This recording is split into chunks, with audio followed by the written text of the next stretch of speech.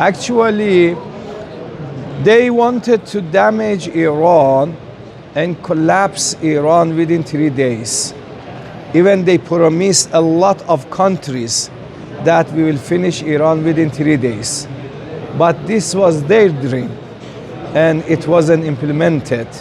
They couldn't do that because they got very brave people in Iran, and also they got a lot of supporters from different countries, from India, Africa, even European countries.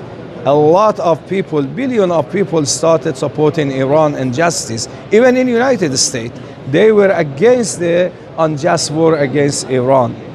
After 40 days, when they realized that they cannot have any achievement, they offered ceasefire. And Iran doesn't want any conflict and crisis because Iran knows that by this war, a lot of countries will be suffered and harmed. So Iran accepted actually by its conditions and offered 10-point plans, and based on that 10-point plans, they wanted to negotiate. But unfortunately, the demand of the United States of America is very high, and it wants something which is not its right. And even they don't have any single reason or justification for attacking Iran. Always they say because of nuclear weapons.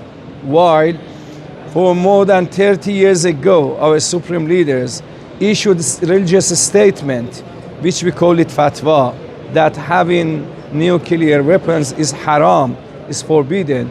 We cannot have it. We didn't want to have nuclear weapons. We don't want to have it, even we will not want to have it in the future.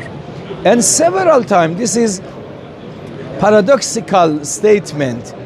Sometimes they say we damage every nuclear power. After that, they said we don't want Iran to have nuclear weapons.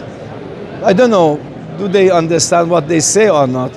However, the people in the world understand them, and now we see the reaction of the world against them.